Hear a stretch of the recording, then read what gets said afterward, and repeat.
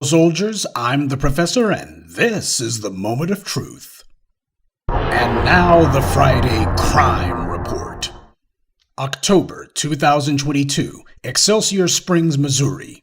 The Kansas City Defender, a nonprofit media startup, had posted a video on TikTok the prior month featuring Bishop Tony Caldwell, a local community leader who had numerous reports of at least 4 young black women murdered and 3 missing. He and others alleged that there was a serial killer on the loose targeting black women, and they knew where this was happening, on Prospect Avenue. Naturally, the Kansas City Police, one of the most racist police departments in America, which is overrun with white supremacists, said that the claims of a serial killer stalking black women were completely unfounded rumors. One has to wonder how involved the Kansas City Police are with these killings. Anyway, the rest of the white media did what they always do, acted as the mouthpiece for the thugs in blue, repeating the police line, saying there's no serial killer on the loose and certainly no one targeting black women because the cops said so. And at that very same time, while the white media and police were denying reality, a young black woman was picked up on Prospect Avenue by a white male. The man brought her to his home, took her down to his basement, and proceeded to beat and rape her repeatedly. He then had her locked in a small room in the basement, which he used as his torture dungeon. The victim was kept in those hellish conditions for weeks, chained by her wrists and ankles, being systematically raped, beaten, and starved for this satanic creep's amusement. On October 7th, around 7:30 a.m., the victim was finally able to escape when the rapist took his 8-year-old son to school. Reports say the child had been in the house while all this was happening. I want you to think about that. This animal was kidnapping, beating, and raping black women, and at the same time playing the part of the dutiful father making sure his son goes to school. And kids aren't stupid. They know a lot more than people think, and kids can piece things together, especially as they become adolescents. This is just one of the many ways that the dominant society creates psychopaths, and to think people actually wonder where these school shooters are coming from. The young woman got out of that house of horrors barefoot with a padlocked metal collar around her neck, and she had duct tape around her throat as well. The young woman was emaciated from the torture she had endured, but she made it to a home 100 yards away. The lady of the house, Lisa Johnson, was there, and the young woman asked for help. According to Lisa Johnson, who's also a nurse, she looked like something out of a horror movie. Indeed, for a lot of these creeps, horror movies are actually power fantasies. They identify with the killers. Lisa Johnson described the young woman as being dehydrated and very malnourished. She was no more than 70 pounds, and that she had no tears because she was too dehydrated to produce any. Lisa Johnson said she would call the police, and then said the young woman became afraid upon hearing that. Well, of course she did. The Kansas police are just as violent as the animal that she'd escaped from. The young woman told Lisa that her captor had already killed 2 of her friends. The young woman then fled to another house, this one belonging to a woman named Ciara Tharp, whose grandmother was watching the house at the time. Grandmother Tharp heard the young lady yelling for help, and she answered the door. Again, the young woman told her she'd been raped and the killer was still out there. The elder Tharp gave the young woman some food and water and stayed with her until the police arrived. No word on whether the police knew the sadistic rapist personally. The cops finally arrested the animal when he came back from taking his son to school. They arrested him on an unrelated animal control violation, so what that means is he was already known to police. His name is Timothy Haslett Jr. When the Kansas City Thug Patrol searched his house, they found his torture dungeon along with numerous firearms. He was eventually charged with first-degree rape, first-degree kidnapping, and second-degree assault. He's being held on $500,000 bond, but he's since demanded a hearing to have the bond reduced. The Kansas City police are claiming that they're taking the accusation that he killed other women in that house very seriously. They said they searched the entire property and covered it completely, but had found no signs of other victims having been there. The Kansas City Thug Patrol said that they wanted to dispel any rumors of Haslett's alleged victims being missing women from Kansas City. Now, there's 2 problems with that statement. First of all, this is the same police department that said that any claims of black women being picked off from that street were just rumors to begin with. So now here they are saying, well, here's our job. Our job is to dispel any rumors. Yes, same way they were dispelling rumors that all this was going on. And the second problem, I noticed some weasel words. saying that they wanted to dispel rumors that the victims were missing women from Kansas City. That leaves a lot of room for them to say, okay, maybe they weren't missing women from Kansas City, but they were from somewhere. So the police's own words make it suspect when they try to claim that there are numerous law enforcement agencies across the area who have confirmed that there are no current missing persons reports corresponding with evidence examined in the investigation so far. And that's just another pack of weasel words. The police didn't say that they didn't find any evidence that there were other women who were held there. What they said was the evidence that they had examined didn't correspond to current missing person reports. So that leaves a hell of a lot of room that there were a lot of evidence of other bodies that were there, but it just wasn't anyone who they had a missing persons report on. You will be hearing that phrase later on because the Kansas City Police Department used that same phrase as a justification for why they weren't looking into these missing women in the first place, claiming that none of these black women had been reported as missing, or so they say, and I think we all know what the Kansas City Police Department's word is worth.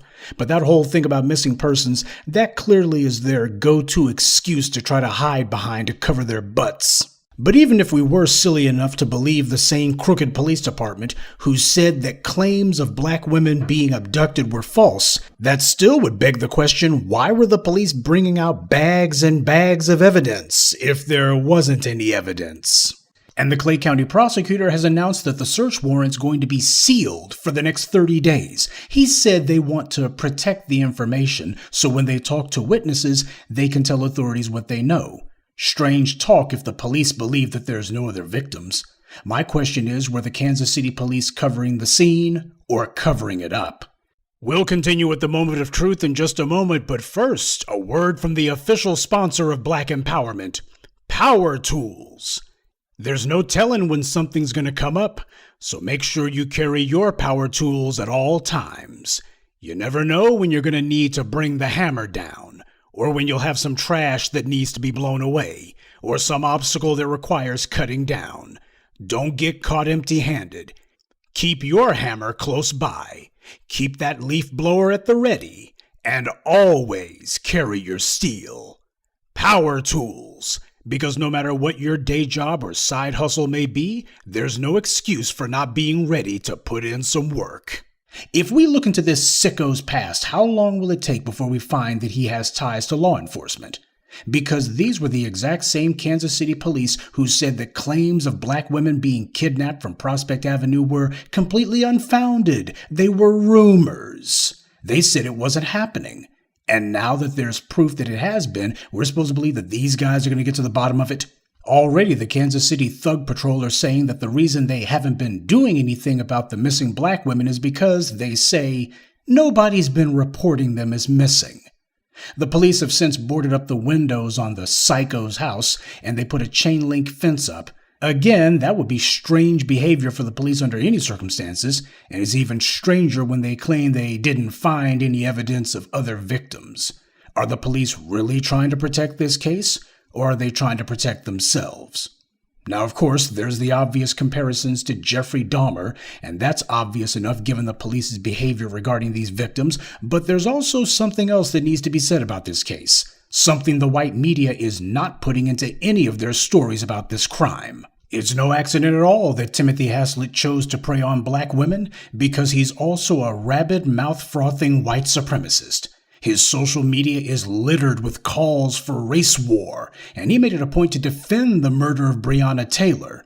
I guess as he saw it, that was just practice. In one Facebook post, he said that he would only be willing to talk to black people when, quote, they're willing to stop blaming people like me who've never did a effing thing to oppress them for all that's wrong in their life.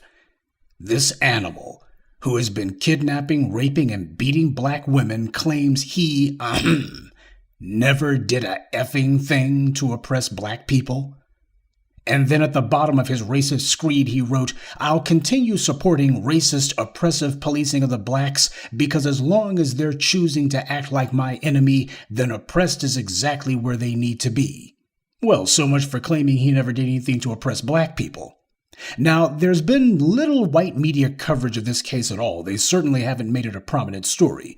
But of the few outlets that did mention it, Not one of those white media outlets pointed out that this guy is a white supremacist. In fact, they mention nothing about his social media racism at all. You've had white media outlets from ABC all the way down to the Huffington Post do stories on this atrocity, and not one of them mentioned that this guy is a white supremacist. Only the Kansas City Defender, and maybe, who knows, one other outlet perhaps, mentions this.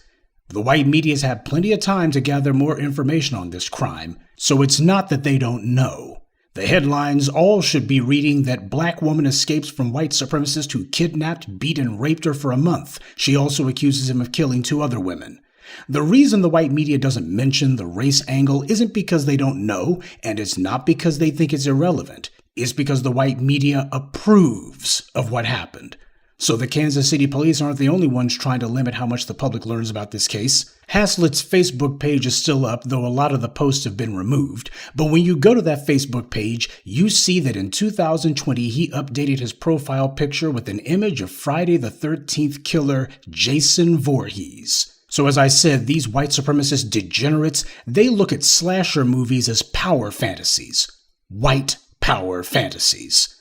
This is the white supremacist mindset. Pure projection. They take everything they do and then project it onto black people. This way, the white supremacist never has to take responsibility for anything they do. Of course, their crimes and their denial of reality is made a lot easier because you have police like the Kansas City PD who claim the white supremacist crimes aren't happening in the first place. They commit the most vile, evil crimes on the planet, then claim they never did anything to harm black people, all the while they're steadily picking out their next black victim. These crimes don't happen in a vacuum. This Timothy Haslett degenerate, he didn't just appear out of thin air. These crimes and these criminals keep happening because this society is racist to its core, and that racism is anti-black racism.